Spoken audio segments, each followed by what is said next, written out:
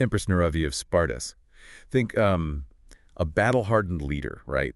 Mm, Facing down these monstrous alien forces, navigating like seriously treacherous political waters, and all while bound by a love that totally defies the traditions of our empire. yeah, a really compelling figure. So today we're diving into some personal logs, some historical accounts from a really crucial time in her life. You shared these excerpts, and they hint at her early military stuff, relationships, some really intense combat. That's right. We're primarily looking at the Chronicles of the Yankee Trader Empress Neravia story.pdf. And inside these, you get these detailed stories of her early fights against the Vox, her academy days, political moves, and how these key personal connections started. Exactly.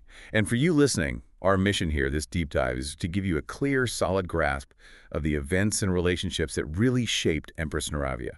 We want to pull out those surprising bits, the key insights, without getting, totally lost in the weeds. Sounds good. Where should we start? Okay, let's unpack this. Let's kick off with her first taste of military command. The excerpts just, bam, throw us right into a Vox ambush. Uh-huh. And what's really striking is how fast and, well, decisively she reacts. Even while her troops are still dropping, she sees what's happening tactically and orders a course correction, mid-drop, for the second wave. To flank them, right? Exactly, to flank the attacking Vox. And her ability to communicate clearly, with ground troops, pilots, orbital command, all under that kind of insane pressure, it's pretty remarkable. Totally. And it wasn't just like strategy from afar. This is where you really see her character. She was down there on the ground leading the Heliad, which for anyone maybe not up on Sparta's tech, is basically a heavily armed infantry vehicle. A real beast of a machine. Yeah, leading it straight into the thick of the Vox horde. The text even says her main weapon runs dry and she pulls out a blade. Fierce close combat.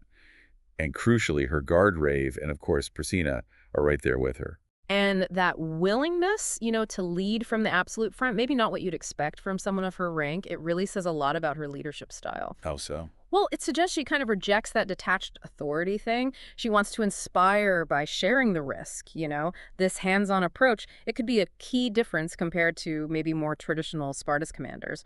Her whole focus, even in that chaos, was breaking up the Vox formation, stopping any coordinated attack. And talk about pure grit. Even facing Longhorn, this like major Vox leader dude, and despite getting injured herself just after, she just refuses to back down. She clearly saw him as the face of the threat to Spartus. Definitely. That moment really underlines her deep sense of responsibility for Sparta's security and a really fierce personal commitment to defending it.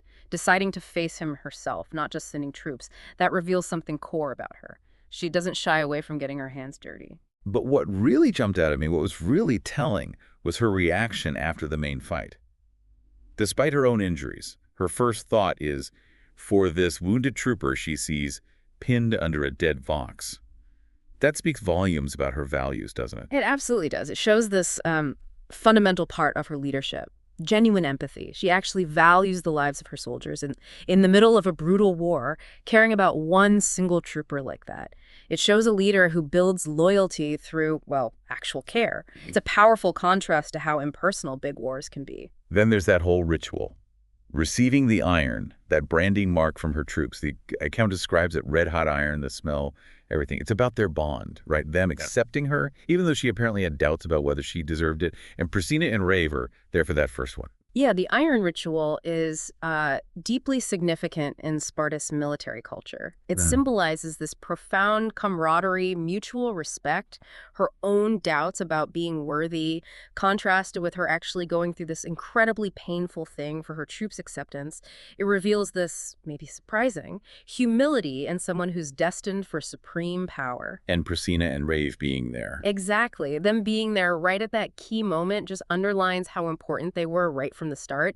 It also kind of suggests that in Sparta's culture, even an empress has to earn that genuine respect, Yeah. Earn the loyalty of the people she leads. And even with a head injury, she's basically shrugging off. Her mind snaps right back to strategy. She's already thinking about the Blues' intentions, the Vox leadership's big picture plan. She barely notes her own pain talking to heal her shield. She's just analyzing the war. That immediate refocus on strategy, even while she's physically hurt, it just highlights her sharp mind and unwavering dedication. It suggests she's constantly processing, assessing threats, trying to figure out what the enemy is really up to. Okay, so we see this really formidable military leader emerging. But the excerpts also give us these flashbacks, right, to her academy days, showing where her character came from, how key relationships started. Let's dig into that.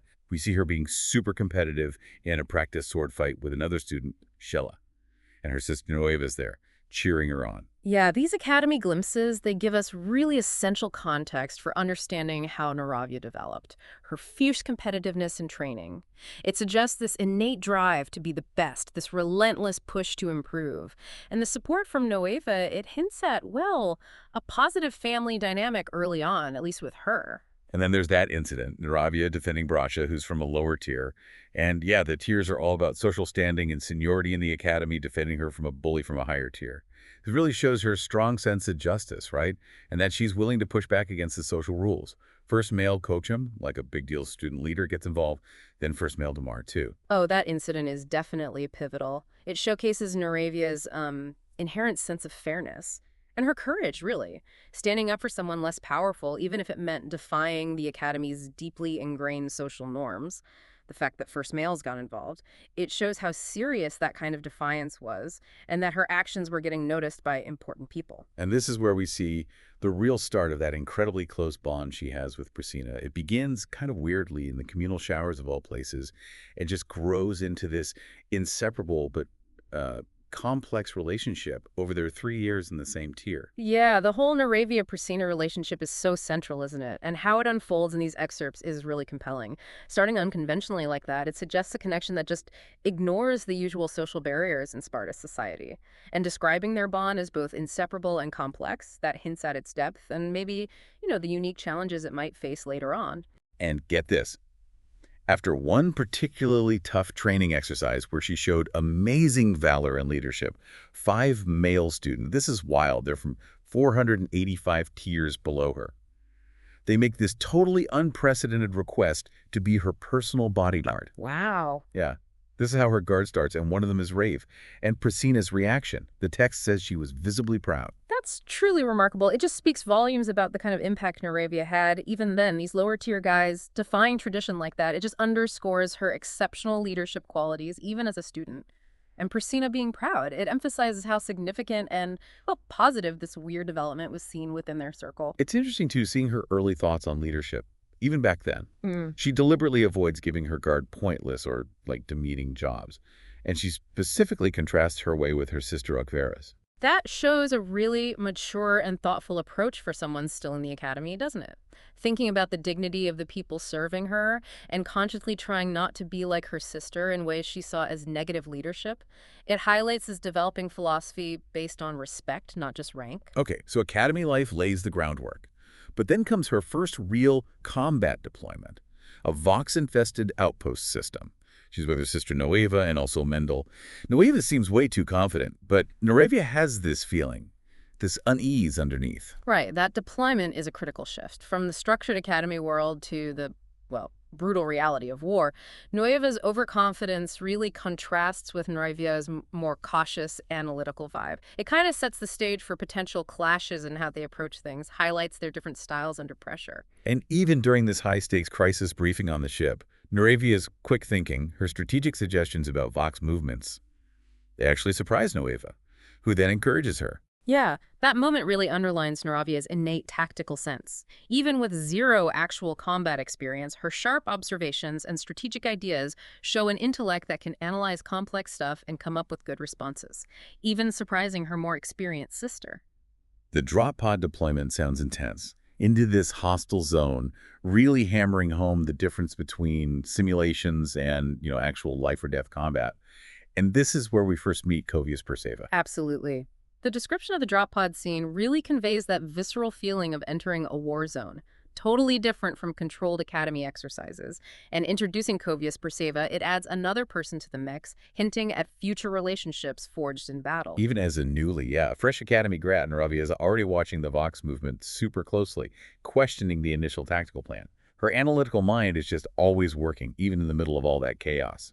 That early display of critical thinking in real combat just underscores her intellectual strength. Yeah. Being willing to question assumptions, even as the new kid on the block, it shows a discerning mind that doesn't just blindly accept what she's told. Then things go sideways fast. They stumble onto a fox nesting site, and Priscilla just falls through the ground. It was unstable. Neravia's reaction is instant grab her wrist, save her. That's a moment of pure instinct and huge personal risk.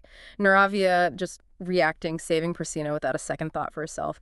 It powerfully shows the depth of their bond, her absolute loyalty to the people she cares about. And now they're trapped Yeah. in this geode cavern just teeming with Vox. Sounds absolutely terrifying. Yeah, trapped inside the cavern dramatically ups the stakes, surrounded by enemies, confined, unfamiliar territory. It's a terrible spot. It's going to test everything, their skills, their resilience, the strength of their relationship. And Neravia comes up with this incredibly bold plan.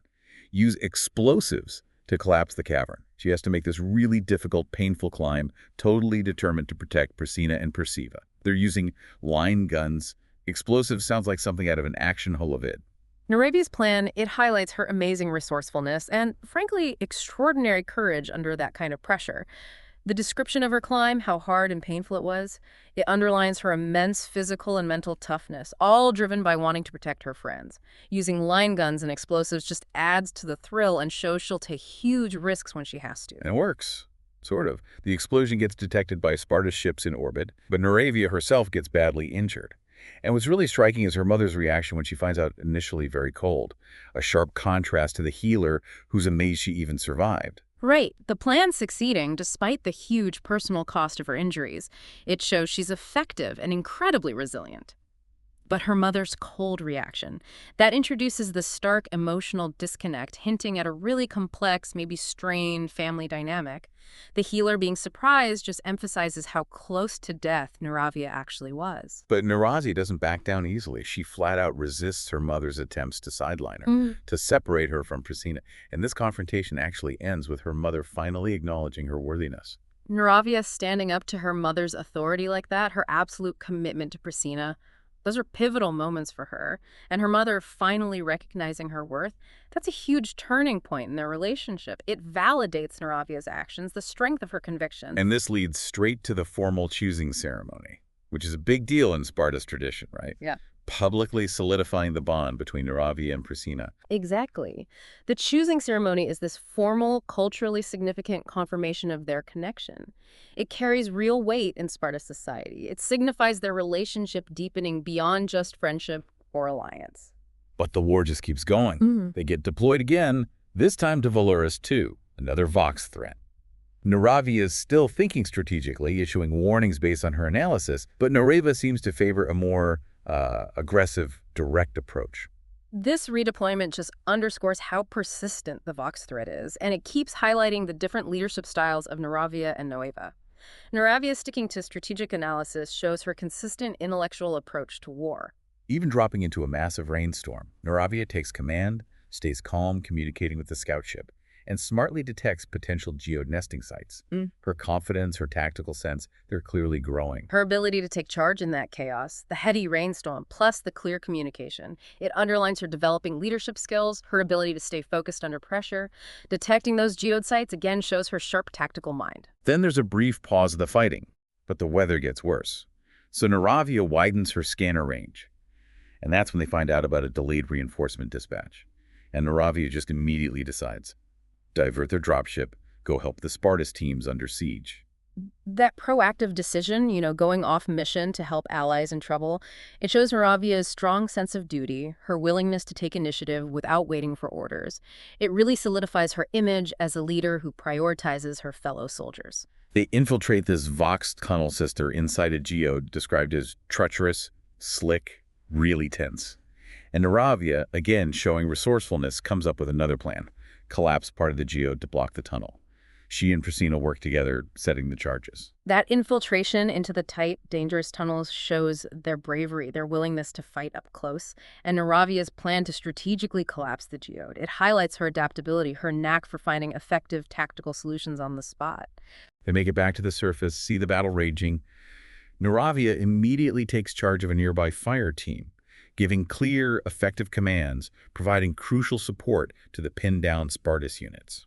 Her instantly taking command on the surface, effectively directing that fire team, it just underscores her natural leadership ability, her capacity to inspire and lead people right in the thick of it. She even manages to contact Nueva, who's surprised, like, what are you guys doing here? But Neravia stays focused on providing support. You see their family bond, though, when they finally reunite with Nueva and Mendel in the chaos. Nueva even expresses admiration for what Neravia did. Yeah, that interaction with Nueva really highlights the deep connection between the sisters, even under wartime pressure. Nueva's surprise, then admiration for Neravia's initiative and effectiveness. It's more validation of her growing skills as a field leader. But then, tragedy. Ah. A devastating orbital strike comes down, and Nueva and Mendel sacrifice themselves. They die protecting Neravia and the others from pursuing Vox. It's just profoundly heartbreaking. That selfless sacrifice by Nueva and Mendel, it's a pivotal, deeply tragic event. Their ultimate act of loyalty, of love for Neravia. It's undoubtedly going to have a lasting, profound impact on her moving forward. It'll shape how she views leadership, loss, everything. And despite the immediate crushing grief, the shock of losing them like that, Neravia has to shift focus instantly. Because the orbital strike triggered a volcanic eruption, she immediately takes command again amidst total chaos, leading the survivors away from the erupting volcano. Her resilience, her leadership right after that loss. It's truly remarkable. Yeah, despite that immense personal tragedy, Neravia is snapping back into leadership mode, making decisive actions to save the survivors from the volcano. It shows extraordinary resilience and unwavering commitment to her duty, even when facing overwhelming grief and trauma. The excerpts then describe the burial procession for Nueva. It's very somber. Neravia herself carries the weight of her sister's entombment chamber, and significantly, Aguilera is conspicuously absent. The aftermath is heavy, with Neravia and Priscina clearly finding strength in each other during this awful time. Right. The procession underlines the deep respect, the mourning for Nueva's sacrifice, Aguilera not being there. It definitely hints at potentially worsening family rifts. And Neravia and Priscina leaning on each other just highlights how strong and vital their bond is as they navigate that grief. After this, there's a tense confrontation with Aguilera. Aguilera tries to assert authority over Priscina, but Neravia stands her ground, defends her chosen, even citing Spartus law and the undeniable strength of their bond. That confrontation really lays bare the ongoing power struggles within the family, and Neravia's unwavering defense of Priscina, grounding it in Spartus law. It shows her growing confidence, her willingness to fight for her convictions, even against her own sister. Later, there's another joint mission, with her mother Nerva and Aguilera again, clearing Vox from a mine. Neravia's tactical skill, her clear communication, they're still evident, but then bam, ambush. A huge force of Vox pours out of the mine, clearly a trap.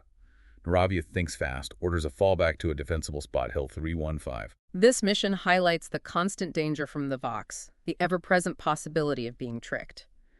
Neravia's continued tactical skill and her quick decision to retreat to a defensible position just underscore her adaptability, her ability to make good calls under fire. They defend the hill-staggered ranks, makeshift cover, and then Neravia does something incredibly audacious. She initiates a one-on-one fight with the apparent Vox leader, this blueback, after a brief ceasefire. She uses language strategically, has his commanding presence, and then just charges him. Her deciding to personally confront the Vox leader, that takes extraordinary bravery, a willingness to engage in incredibly high-stakes combat. And her using language during the ceasefire suggests this nuanced understanding of the enemy, maybe trying to gain a psychological edge before attacking. But their duel gets cut short by an unexpected orbital bombardment. More chaos, casualties on both sides. When reinforcements finally show up, including Nerva and Aguilera, Aguilera immediately accuses their mother of deliberately sending them into a trap. Whoa. That sudden, indiscriminate bombardment throws everything into chaos again. And Aguilera's immediate, serious accusation against their mother. That injects major political intrigue, raises huge questions about trust, about potential conflicts right at the top of Sparta's leadership. Neravia then confronts her mother directly, forcefully, asks about the open comm channel, the possibility it was a deliberate trap. Her mother is evasive, which only makes things look worse. And then, this is truly shocking, Aguilera formally challenges their mother, Empress Nerva, to a duel on grounds of betrayal, and Nerva accepts. Ow. Yeah. The excerpt describes their fight evenly matched, intense, happening amidst a gathering storm, with all the Spartus troopers watching this unprecedented family conflict unfold.